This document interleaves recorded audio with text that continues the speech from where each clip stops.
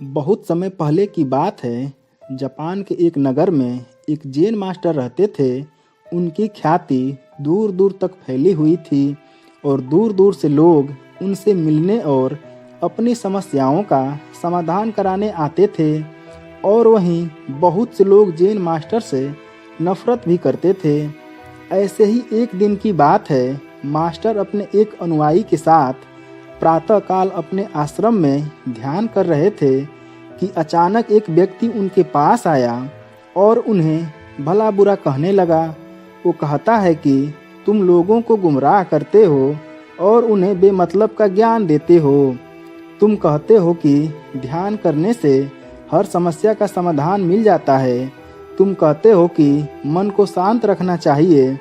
उसने पहले मास्टर के लिए बहुत से अपशब्द कहे, पर इसके बावजूद भी मास्टर शांत रहे और अपने ध्यान में लगे रहे। मास्टर को ऐसा करता देख वह व्यक्ति और भी ज़्यादा क्रोधित हो गया और उसने मास्टर के पूर्वजों तक को अपमानित करने लगा। फिर भी मास्टर कुछ नहीं बोले और शांत रहे।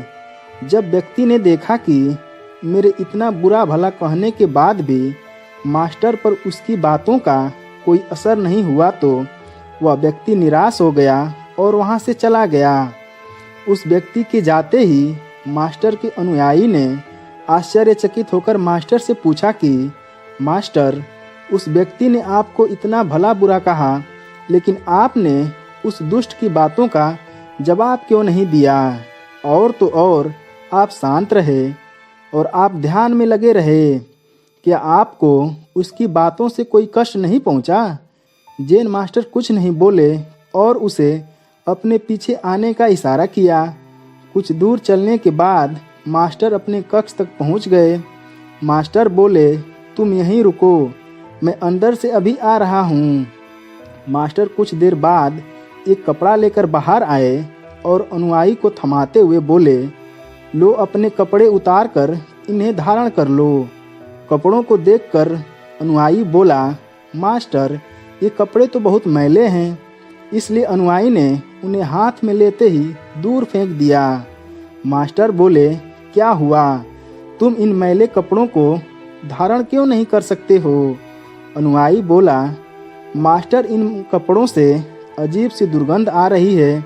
फिर मास्टर बोले, ठीक इसी तरह मैं भी उस व्यक्ति के द्वारा फेंके हुए अपशब्दों को ग्रहण नहीं कर सकता, क्योंकि वह व्यक्ति भी अपने शब्दों से मेरी सकारात्मक ऊर्जा को दूषित कर सकता था। इतना याद रखो कि यदि तुम किसी के बिना मतलब भला बुरा कहने पर स्वयं भी क्रोधित हो जाते हो, तो इसका अर्थ है कि तुम अपने साफ सुथरे मन को उसके द्वारा बोले गए बुरे, गंदे, मैले शब्दों को धारण कर रहे हो। अर्थात जिस कड़वाहट को तुम अपने भीतर जगह दे रहे हो, असल में वो तुम्हारी कमजोरी बनकर रह जाएगा। तुम इस पर जितना ध्यान दोगे, यह उतना ही तुमको भीतर से खोखला बनाता जाएगा। इससे तुम्हारी काम काज की गति और निर्णय लेने की क्षमता पर नकारात्मक असर पड़ेगा। इसलिए जीवन में कभी भी किसी के बुरा भला कहने पर हमें उस पर प्रतिक्रिया नहीं देनी चाहिए, बल्कि हमने लक्ष्य पर ध्यान देना चाहिए। क्योंकि अगर हम सामने वाले की गलत बातों का जवाब देंगे, तो हम भी उसके द्वारा उत्पन्न की गई नकारात्मक ऊर्जा का प्रभाव स्वयं पर डाल लेंगे, जो हमारे जीवन पर बहुत बुरा प्रभाव डालेगा। मास्टर की बातों से वह अनुयायी संतुष्ट हो गया। दोस्तों, हमें भी अपने जीवन में कभी भी ऐसे व्यक्ति के मुंह नहीं लगना चाहिए जो आपको बुरा भला कहे, क्योंकि अगर आप उस व्यक्ति की बातों का जवाब देने लगेंगे, तो आप भी उस बुरे प्रवृत्ति के व्यक्ति की तरह बुरे होते जाएंगे। दोस्तों, आपको यह शिक्षाप्रद कहानी कैसी लगी कमेंट करके बताइएगा और साथ ही वीडियो को लाइक कर दीजिएगा। और अगर आपने इस चैनल को सब्सक्राइब नहीं किया है तो सब्सक्राइब कर दीजिएगा। धन्यवाद।